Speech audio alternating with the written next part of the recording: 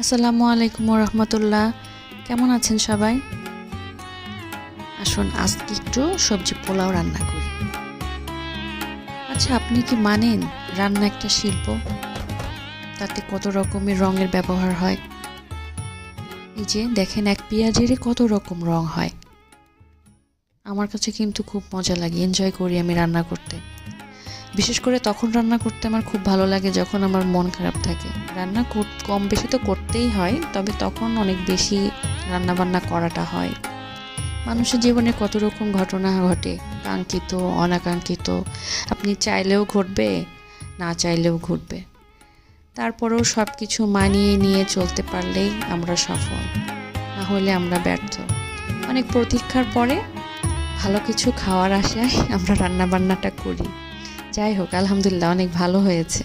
সবাই ভালো থাকবেন।